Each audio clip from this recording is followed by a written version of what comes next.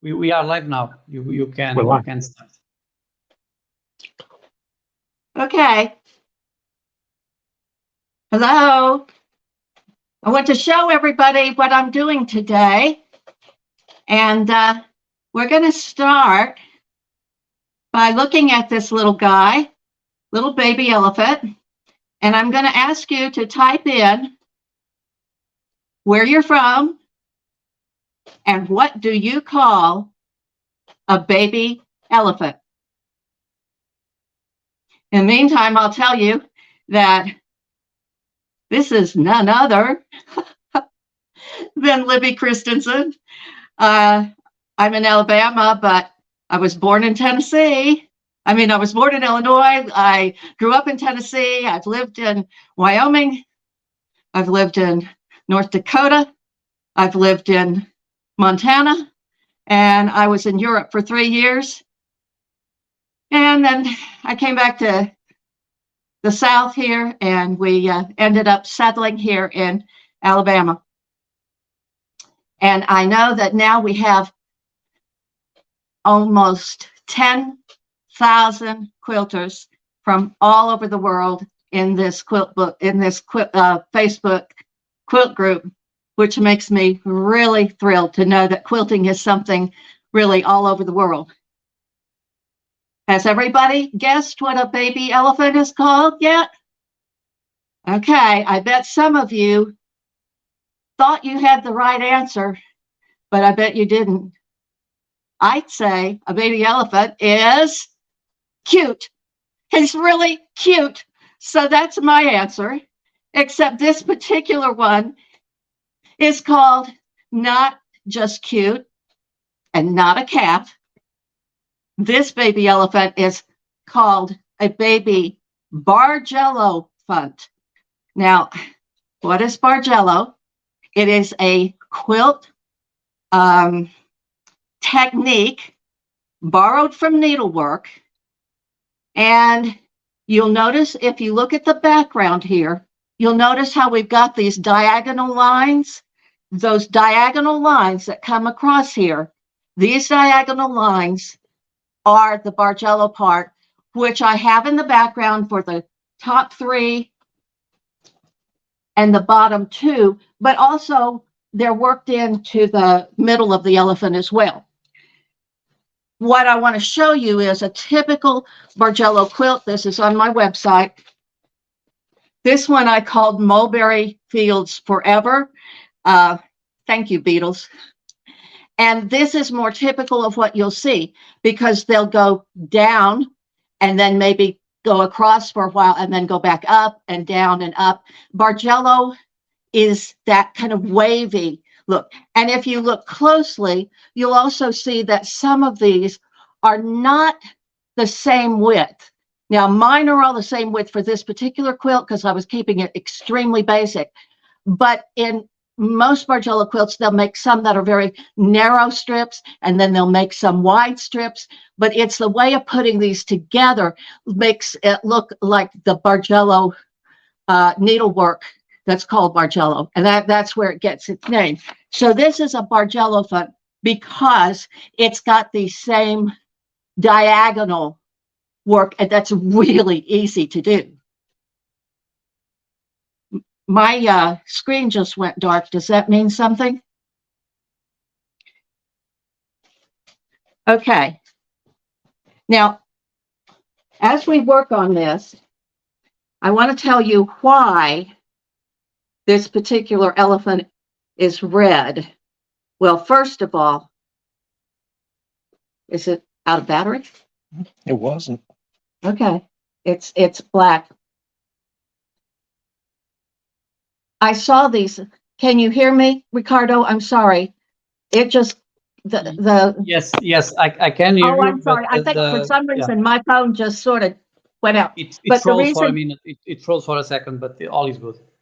I don't know, maybe the internet or something, who knows. But I love these red and white prints.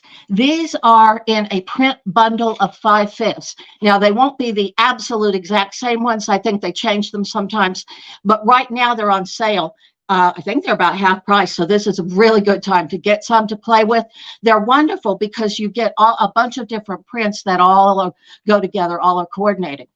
So I saw that red and white. And for some people, red and white means something else. But for me, because I live in Alabama, this little guy is not just an elephant. This is probably, get this the right way. I'm sorry, I'm having a hard time looking at the camera and getting it the right way, but just bear with me.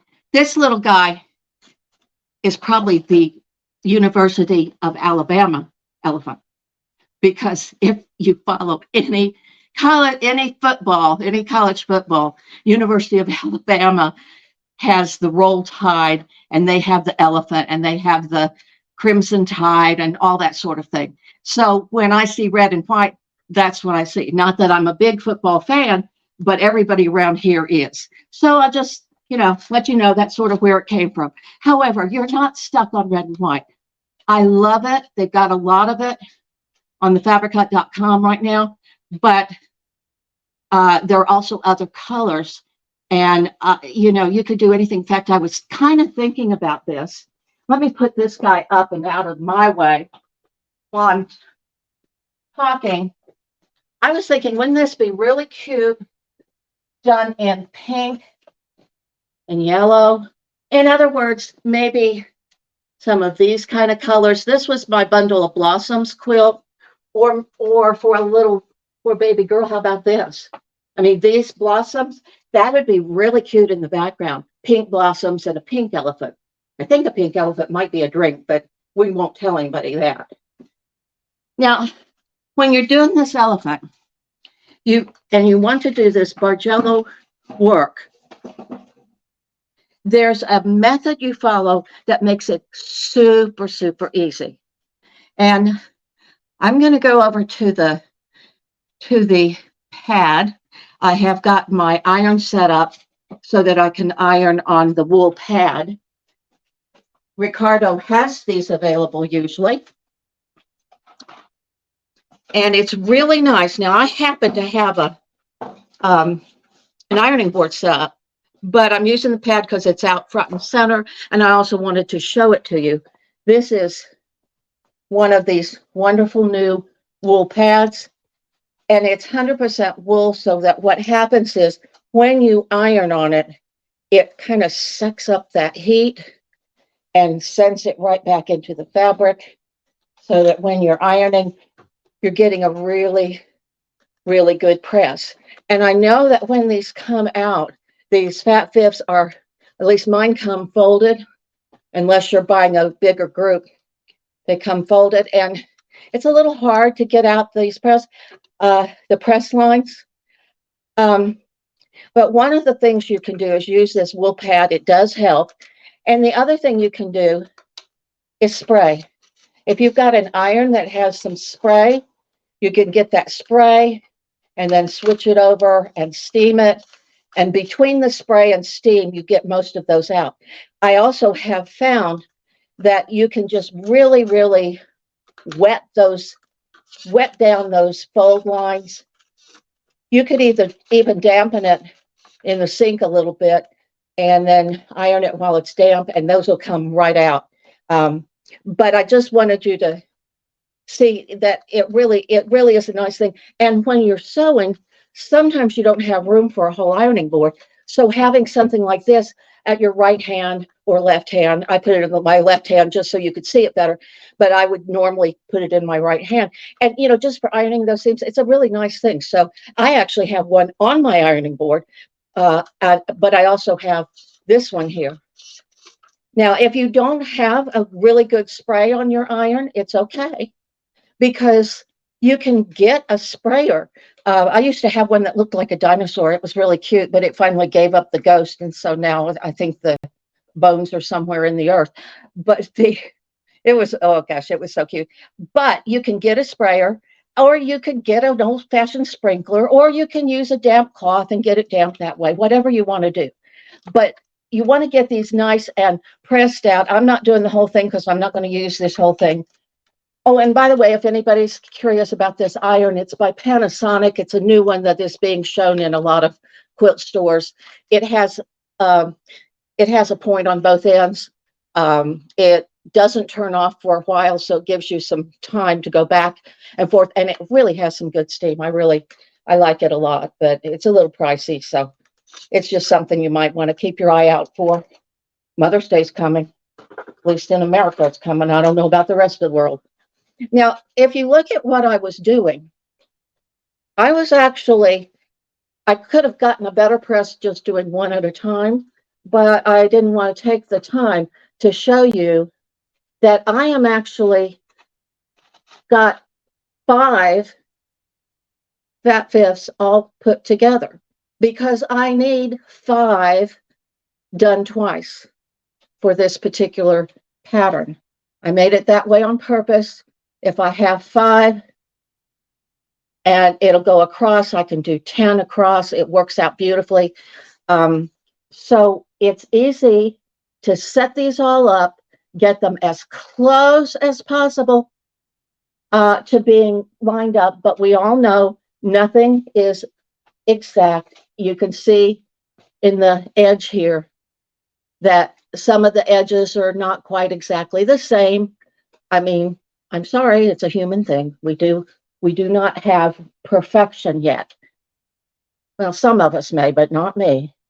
Anyway, I want to get them all as close as I can. And look what I used.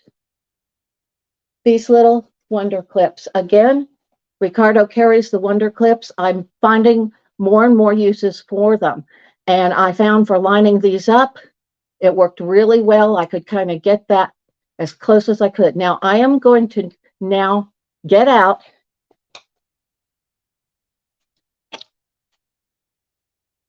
my rotary blade, and I have a couple tips on the rotary blade. Now, they come in a little packet like this when you buy them from Fabrica. You don't want to buy them anyplace else. Fabrica has the best blades and the best prices, so give yourself a break. Get the good ones. The other day, I had some old ones, and I thought, well, let me just test them just for comparison. They were labeled tungsten steel.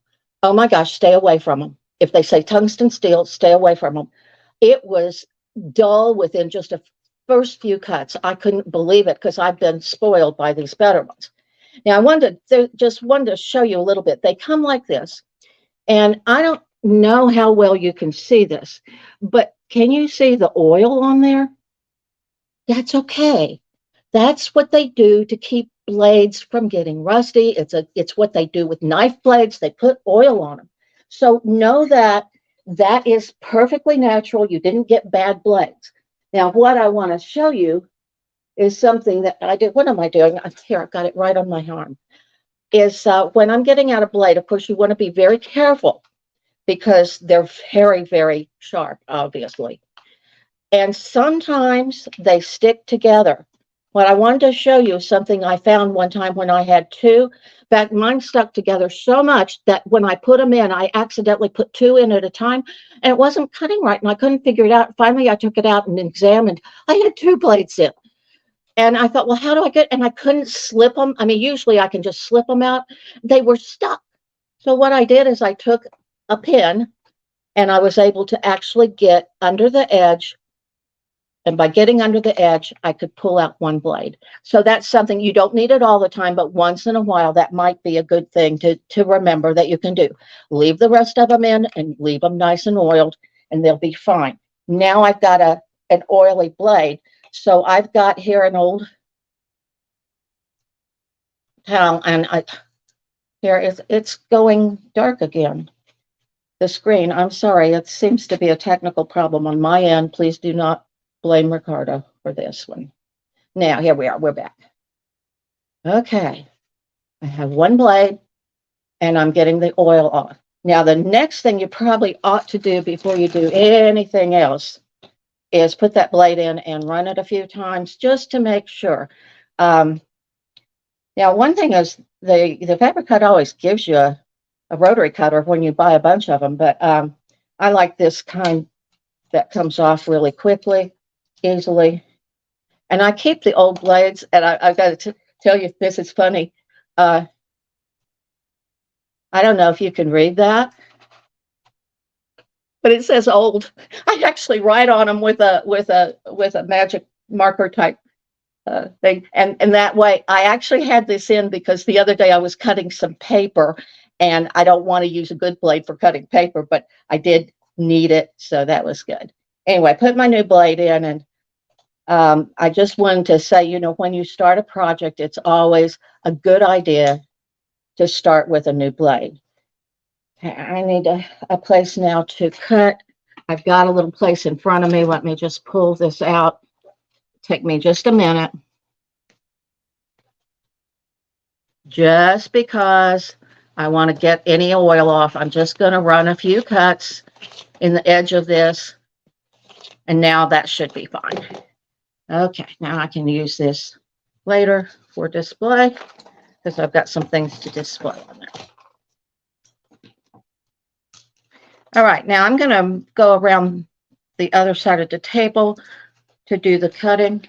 And I'm not going to do a lot. I don't think watching people cut is a really fun thing. But I do want to mention here, if we get the camera to move around, we don't have a fancy camera here. We have a phone, so we're doing the best we can do. All right. Now, these are all lined up. I'm going to take these out now. And the very first thing I do is cut off that edge. I don't want to cut much off because I don't like to waste fabric. But, you know, I mentioned that it's not always exactly as straight as you want it to be, exactly as perfect. But by cutting off this edge, I now have them all the same. And so they're going to be really good there and perfect. Then after you've cut off the edge, that's when you get to roll it around. Now, some of you may have one of those nice rotating things, but the problem is they're small. They're not as big as you need for this. You see, when you're working with a fat fifth, and I'm getting cut off of the, can you lift it? My head is being cut off. When you're working with a fat fifth, as you can see, it's actually, this is about 19.5 inches. So I'm going to have to use a pretty long ruler and give myself a nice cutting mat here that is big enough to deal with it. Now look at my tip. I've shown this before. And notice I've got some little, these are just little notes, sticky notes. And I put them there right at my 4 1/4. I made all of these 4 1/4. I've got to tell you, I started with 4 1/2, and I'm going to apologize now. I'm sorry. When I was designing, I really don't like to get into the 3/8. I did so this time because it happened to be what I needed to make it work. What I started with was 4 1/2, and it made the quilt too big to fit on 1 meter of fabric. And I was trying really hard to make it fit on that 1 meter. So I moved it down to 4 1/4, which made it just a little bit smaller. However, I washed the fabric. I got a little shrinkage, not only the shrink, and that's typical, you know, you get shrinkage with cotton, but I also had serged the edge before I washed the fabric, which meant I lost a little bit of the width there.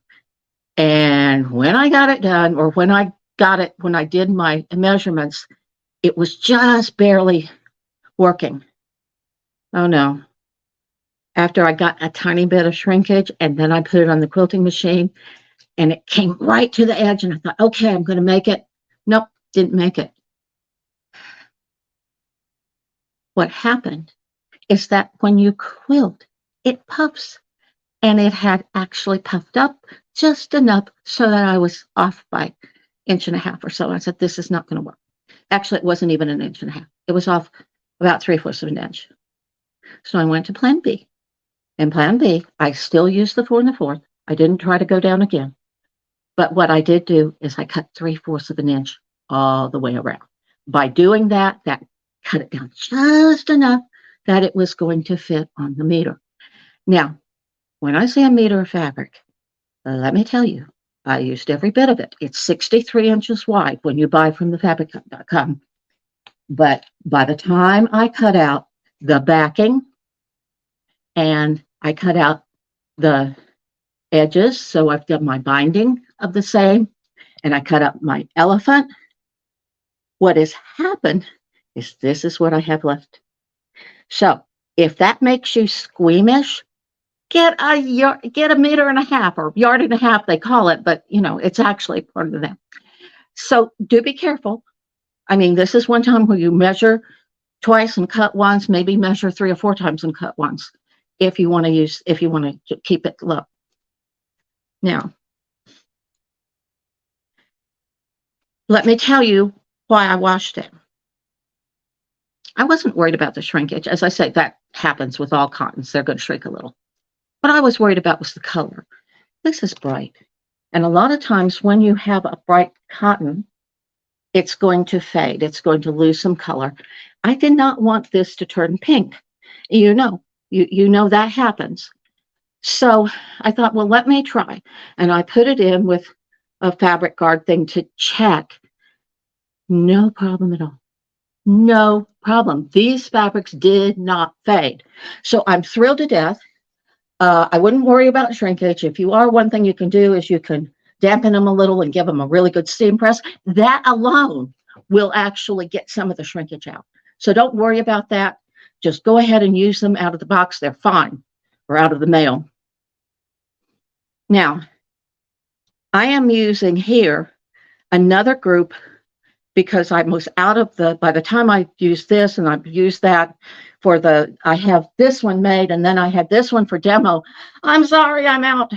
So I said, well, I'll just switch colors. And I told you this could be done for a little girl and or for a baby you don't know the gender, you can make it yellow. So this could be a yellow elephant. Now I'm lining this up. I've got this to help me find it. These are the notes on the edge at 4 1/4. I cut that edge so it's nice and straight. I'm going to get it all lined up nice and straight. And you really have to hold this. You don't want this to slip. When I'm seated, I don't have a chair here, but if I'm seated, I actually hold it with my entire arm once I get it in place. I don't know that that's recommended, but you're not going into your arm. You're going out here. So I'm going to hold it by my arm. Somebody tells you differently, I don't care. That's fine. They can do it their way. I'll do it my way. Now, the other thing is when you're cutting, particularly, 5, I mean, you've got a sharp blade, but don't forget you do have to have a little pressure because you're going through a lot. However, look how beautifully these blades cut. Beautiful. It cuts beautiful. Now, why did I line up 5? Well, of course, because I'm going to have to do 5. Why not do them all at once? And because they're all basically the same size, that's easy to do. Now I'm going to go back to my little clippy and I'm going to clip them. Now I've got my group of 5 all together. And by the way, I put them in order.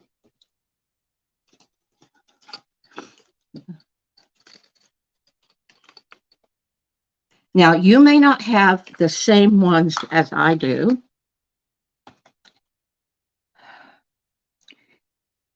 but let me tell you, later on, as you're going through the quilt and it's telling you to put A on top of B and C on top of B, or A and then B and then C, and you're looking at it and you can't remember which is which, I just made little clippy things and I reminded myself, this was a piece that came off. And I'm going to show you something. This one, I had used at first. This one didn't work very well because it was so close to the red of the red of the elephant, that the elephant was not defined. So my suggestion would be, when you're picking prints, make sure they have plenty of contrast, plenty in each one. And what I did, okay, I may not be the world's best quilter, but I think I am an expert in unsewing. I picked out every one and put this in instead. And I did that later on, and it was not a fun thing. So do as I say, not as I do. Make sure all of these have some contrast with your elephant. Make sure you have them all in order listed, because as you're working along, you will get confused of which one is which letter. And we're working with 5, so A, B, C, D, E.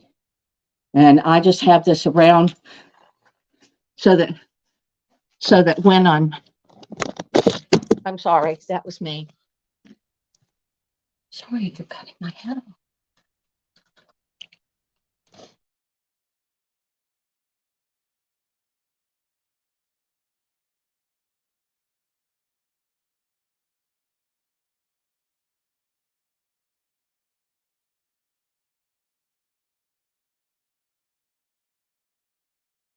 Yeah, back in the studio. Yeah, there I am. Okay, the thing is, it needs to be angled up a little to catch my head, and it's cutting my head. There we go. Thank you. Okay, now what I did is I also put these in order so that I figured out what was going to be my A, my B, my C, my D, my E. And I keep them in order so that when I'm getting ready to sew, I'm going to put them in order. Just keep organized, because, you know, when you're dealing with 5 prints that they're all the same color, that gets to be a little bit confusing. And by the way, they don't have to be the same color. You could do, you know, rainbow colors if you want, and that's fine. But because mine were almost the same, it's hard to remember. Now that they're clipped together, I'm going to actually use some that I did earlier. Here, get rid of the yellow for now, because I'm not doing the yellow. And what you would actually do, though, is when you have this all in order, I'm sorry, I'm backing up a little here. When you have this all in order, you do 1, 2, 3. 3 will fit on here. 3 groups of 4 1/4 inch strips. 1, 2, 3, and there's just a little bit left, which I always keep because I might use for something else. So you cut those 3. And what happens is you're going to sew them together now. And that's when I'm going to go to the sewing machine and show you. Now you've got these strips. What do you do? So we're working over here, and we'll see if we can get this sewing. This is the sew along part. I don't know, it gets a little boring to just sit and listen to people sew. So he might want to even pull the camera up and watch what my fingers are doing. I don't know, you may have to come in around. Now, I'm on the 45-year-old machine. I do have a really fancy new machine, but you don't need a fancy new machine. That's just plain stitching. And what I am doing now is I'm simply, this is so easy, I'm stitching A to B. I think almost anybody can do this. If you can do a straight line, you're good.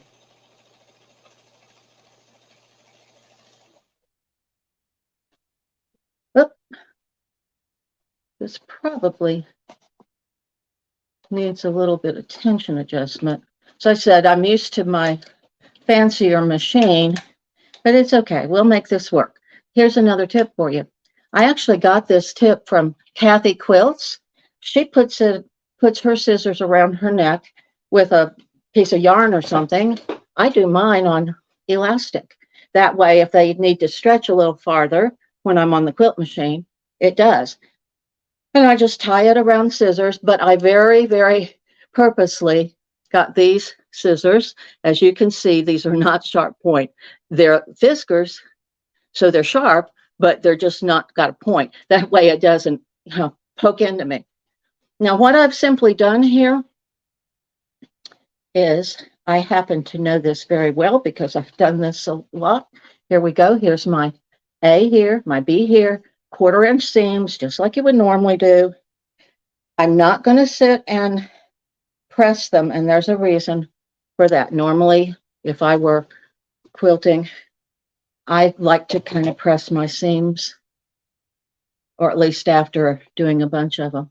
See how these are a little bit different in size? I don't know, somebody cutting that day. But you can also see where I did shave a little of that off from serging. I always serge before I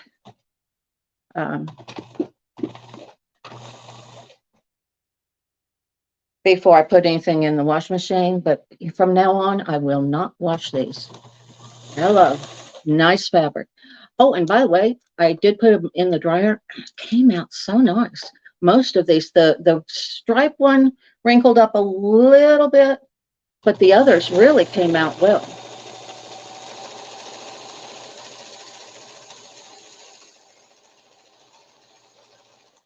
And just when I'm sewing on this machine, I have to go back to look at it. It's the tension. Well, I know why the tension's wrong. I'll tell you why.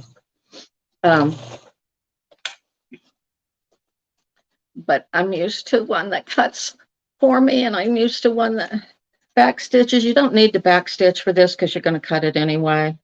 But I'm used to a machine that does a lot of things, threads the needle and all that kind of stuff. So I'm having to get used to the old one, but it works. All right. Oh, but one thing I do want to show you is this.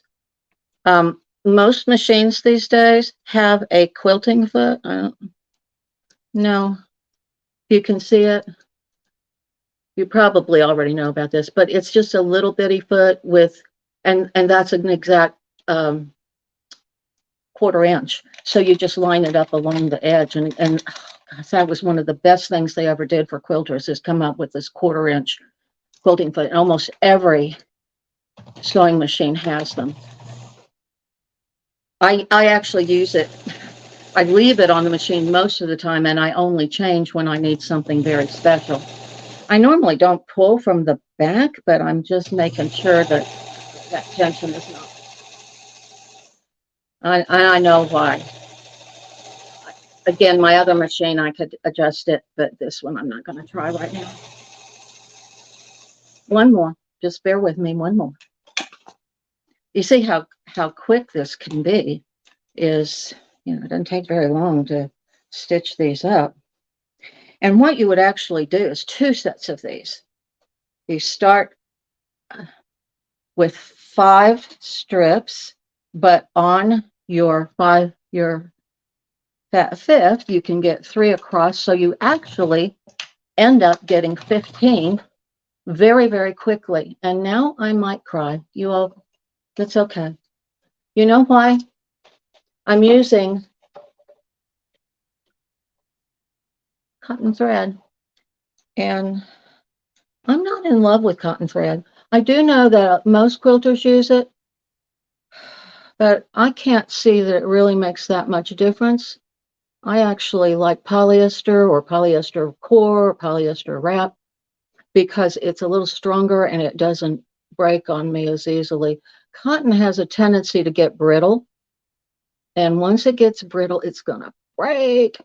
And then I've got to sit here and try to, sorry, I guess that's not very sanitary, but it's the way I've always done it. I wet my little thing. Somebody told me that here's something you can look at. Someone told me that if you wet the needle instead of the thread, it goes in more quickly. Beats me. I think the idea is that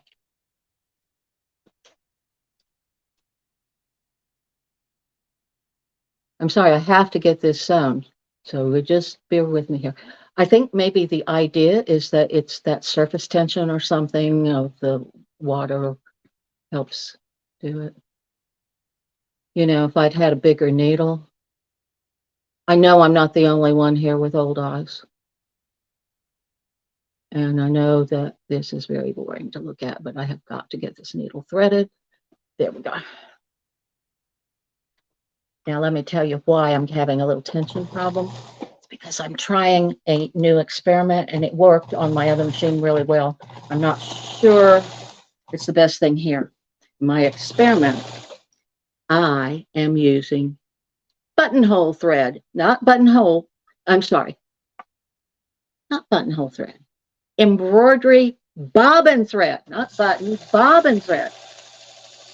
And if you know anything about thread, you know that bobbin thread tends to be very fine, finer than regular. So I got out my embroidery supplies, got myself some bobbin thread out. There we go. And I tried it on the bottom because I thought it might be easier to pull out when we're unsewing. And you say, but we're not going to unsew. Yes, we are. We are going to unsew. This little sew along is about sewing Bargello. And in order to do Bargello, it's getting dark. You have to unsew. And I'll show you that in very quickly here. I am going to take, I've got one more seam. Now, if you look at this, I've got A, you can see the A to the E. A over here, B, C, D, E. Now, I'm going to line up my A from another group that I put together earlier. That's so that you didn't have to watch me sew this much. We're almost finished with it. Okay. And now, you always want to line it up as close as you can get it. Now, if you like to pin, by all means pin. But do not ever sew over your pins, because if you hit a pin, it can mess up the timing in your machine. I've had machine specialists tell me don't ever, ever, ever sew. You know, if you've got to put pins on, always take them out as you go before you get to them. I know that old timers used to sew over pins, but you can't do that, particularly with the new computer machines. You can really mess them up. Okay. This is the longest one we're going to do. And then I've got one more short one, but I have to do some more cutting. What I want to show you is now we've got this whole line of the 10, starting A through E again. I have all 10. And now I'm going to cut again. Now, by doing this, I have my 4 1/4 already sewn one way. Now, I'm going to move around and do kind of the same thing I did. Now, I'm not pressing this yet. What I'm going to do, same thing, I got to get the edge off because some of these were serged, keeping it as nice and straight as I can. And then, okay, to get it straight, you can actually take it, see, I've got it folded right at one of the seams, and you can actually take one of your lines here on the right and line it up there. Okay. And I can't talk too much when I'm doing this because I don't want to mess it up. Yeah. Now I'm going to go right across the edge so that they're all nice and even, because sometimes when you're sewing several, they kind of creep up or creep down. Turn it around to the other side, and just like you would normally do, again, I've still got these on the 4 1/4. Everything's on the background is a 4 1/4 inch square. Get them all lined up. Sorry. Get them here. Now, it feels like it's taking forever when it's me sitting here talking to you, because I know this isn't really scintillating conversation. But the good thing is now that's my first cut, and I could keep going down, and I'll get out of this, I'll get 1, 2, 3, 4. I'll get 4. And when I say 4, that little bit of sewing, and I've got my first row ready right here. It's here. I've got it. That's the top row. Now the next row is going to go on, but it's not going to be the same, or I just have the same all the way down, and you don't want to do that. If you look downwards, what I want to do, I don't know if you can see, is I'm basically going to be moving this over one. That's what's going to get our diagonal. I'm starting here, but then I'm moving the A goes under the B. But if you have to do it this way, so it can be a little confusing, but let me just show you how we do it with Bargello. We take this row, the second row, and I'm going to go back to the machine. This is the last one you have to sit through. Back to the machine, and I put the last E, and it's right there with the A, and I am making a loop. And you just have to get it all straight.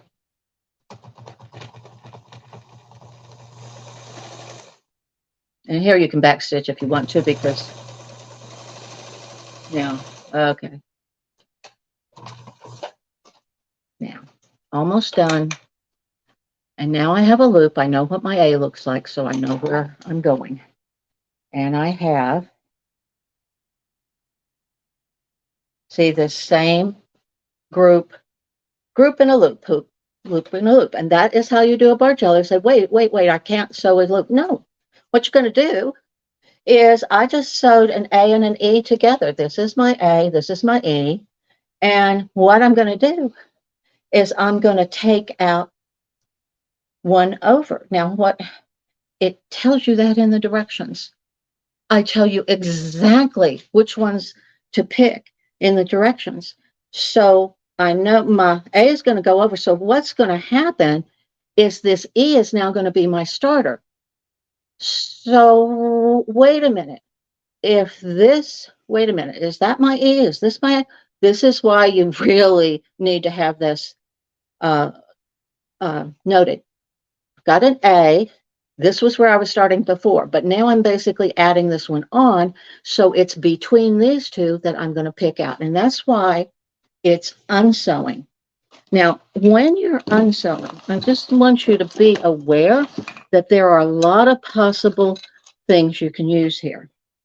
I'm just going to maybe tip this down, and you can kind of look. There are, let's see. We've got some whole bunch of different kinds of seam rippers. I just want to say a word about it.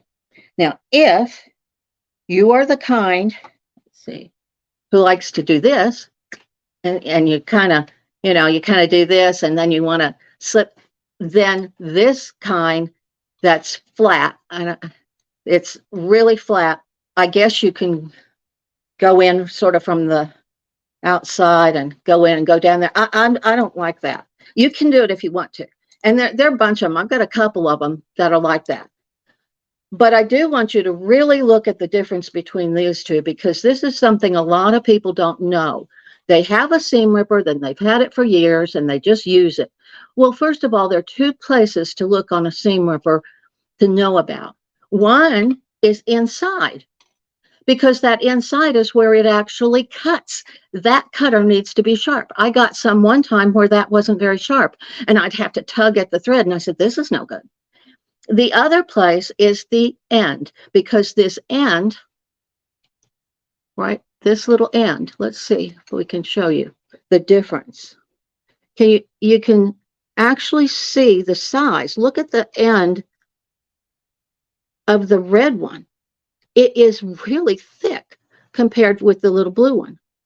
And when it's thick, it's harder to get into the seam. So I actually like these. They're a little curved at the point, and you can get them under the seam. But look for one that's very, very nice and tiny, so it'll go in there, and then make sure it's also sharp. And then when you get in here to actually rip, it is so much easier. Now, I did something else that it did work for me earlier. I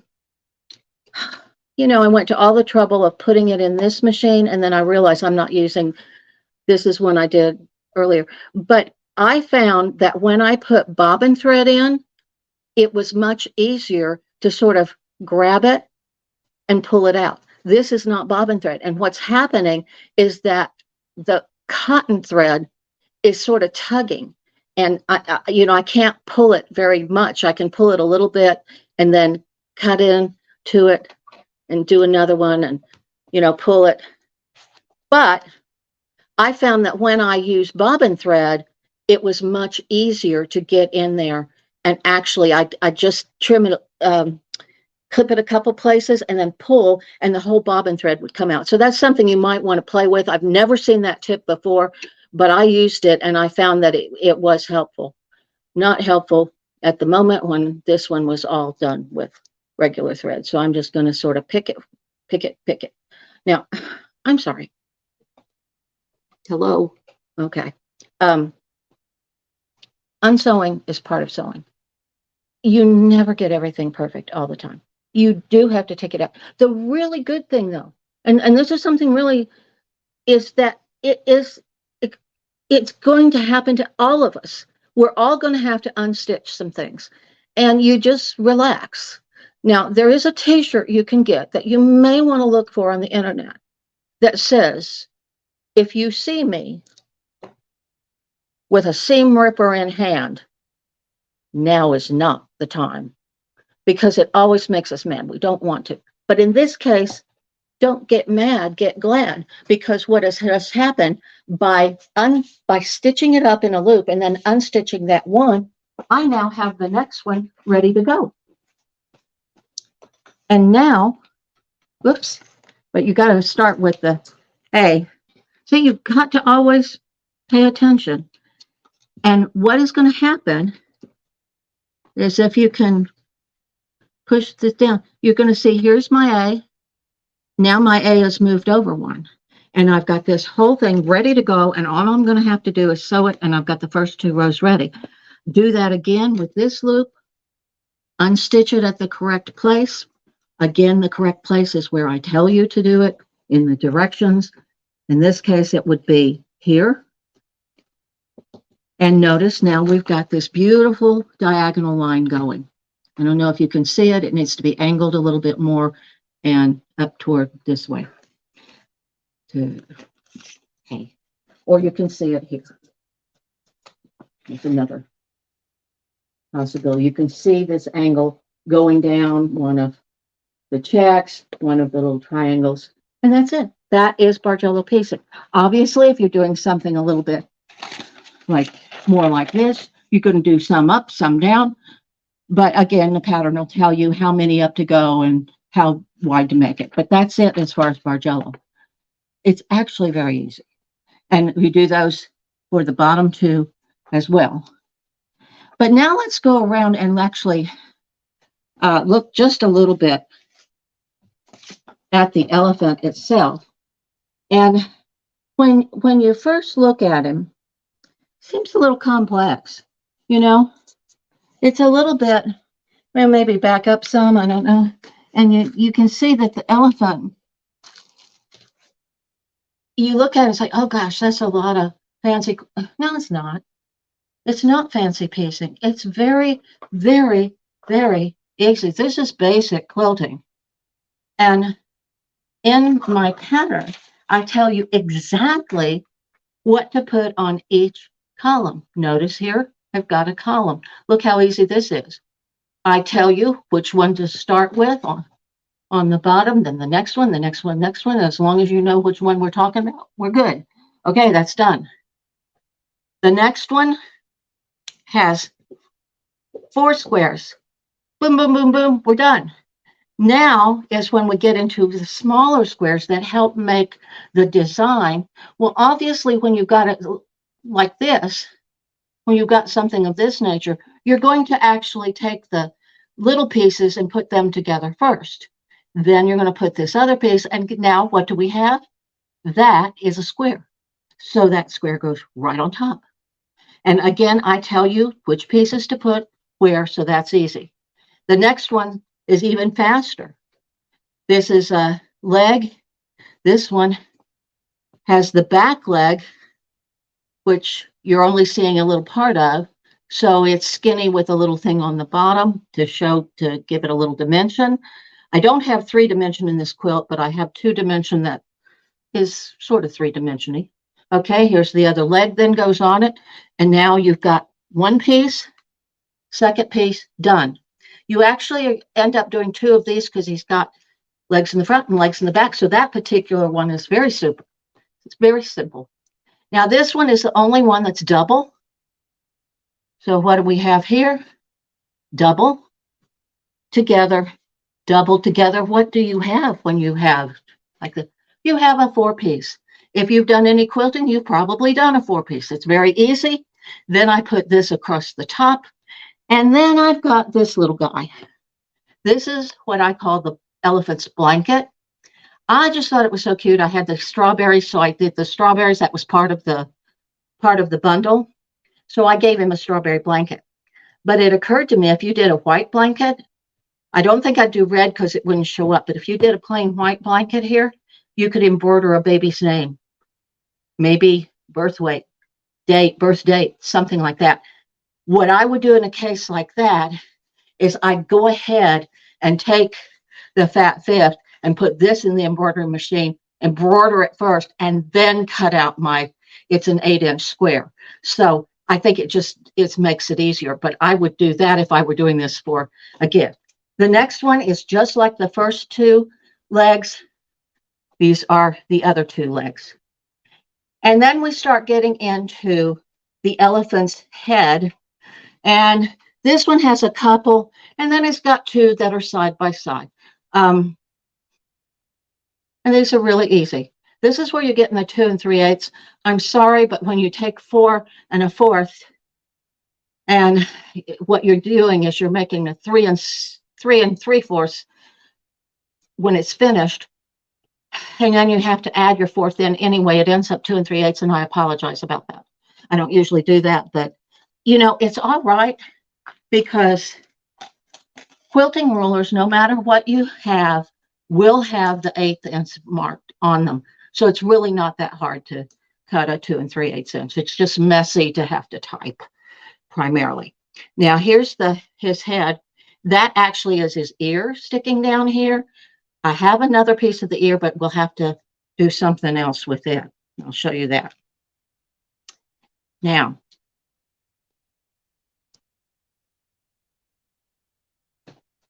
got the rest of the head and 3. Oh my gosh, how easy is that? 3 squares, boom, boom, boom, and the rest of the head, an 8-inch. It's very fast. And now we got this part. This is probably the worst one to deal with. And I messed mine up really well here, but I can figure it out again. Okay. You've got basically to make a trunk. I had a bunch of these that are, and pay attention because these are vertical. I mean, it's okay. I mean, you sew them together any which way really, but you turn them so they're vertical. And that's going to be your trunk going down.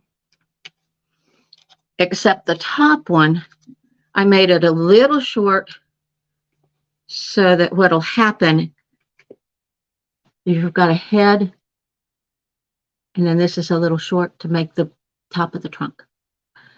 But if you look at these, it's vertical, vertical, vertical, sewn together, sewn together, sewn together. Then you've got this one. This is, there we go. Little one, vertical, sewn together. And now you've got all of these blocks, put them together, one more, and this is going to make the,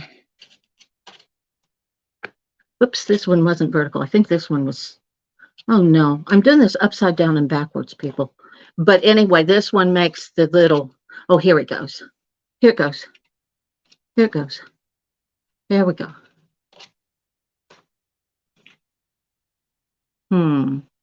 This has to go down one. It's like a puzzle, but you don't have to worry with the puzzle because I did it for you.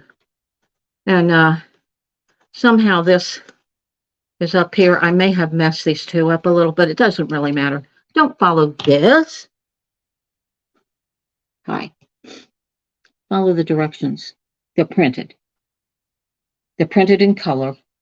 And when I did the directions and I put the box on, and I actually put on a big A, a big B, a big C, so you can follow the diagram or you can read on the side. If you are verbal, you can read the directions. Like my sister-in-law is very verbal. She has to have it in writing. Other people, like my brother, is so visual that he goes purely by diagrams and he never reads the directions.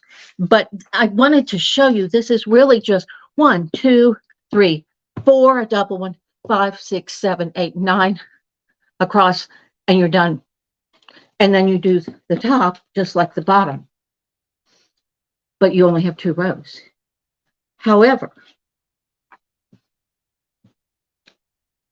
one thing about this, you really probably need to get this all undone here the way it should be. I know this is going to be here.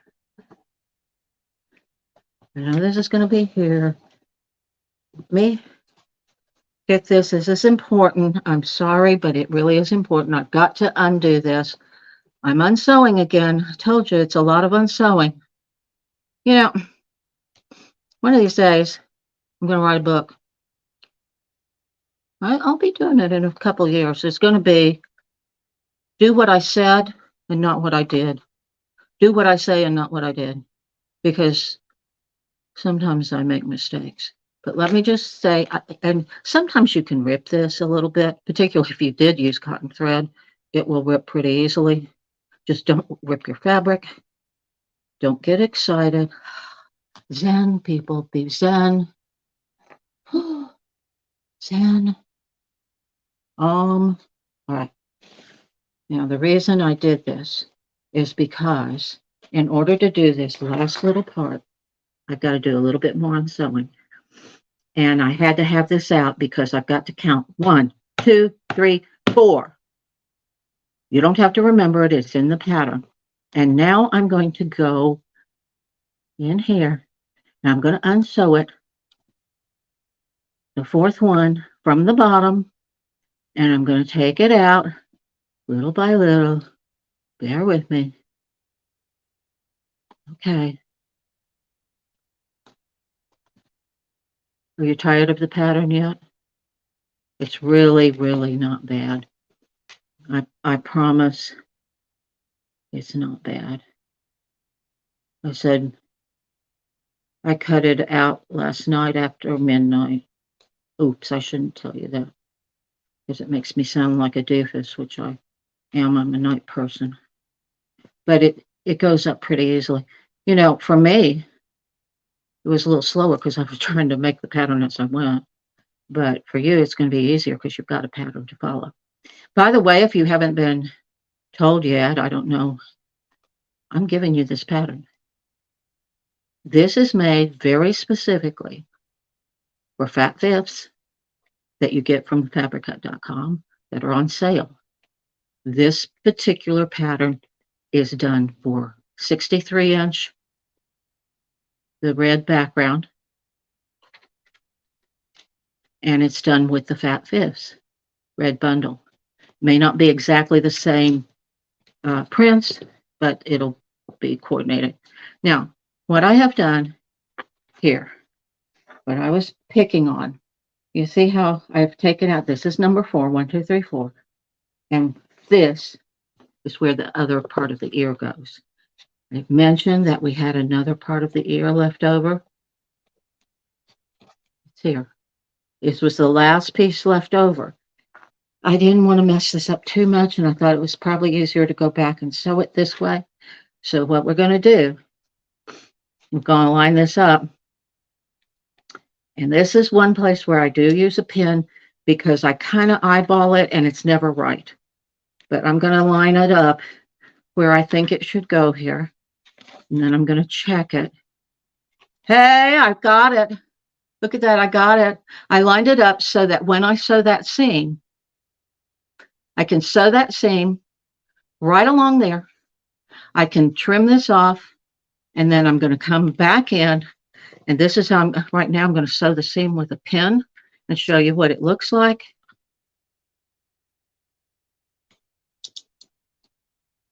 And this was your other unsewing.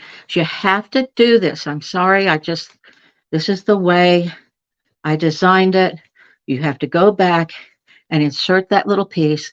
It doesn't take very long. I've got this almost done. All I do now is I'd sew the seam first, flip it down, and then there's my ear. And it will actually match up with the one here. There's one here that has an ear on the bottom, and it matches up beautifully, and that's the other ear. Here, let me show you on this. Okay.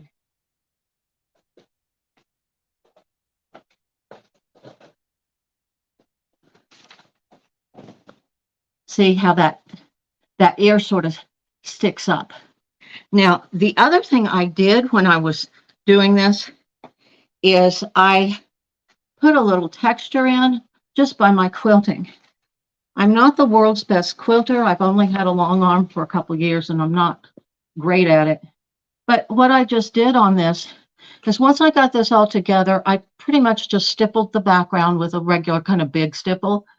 But if you look at the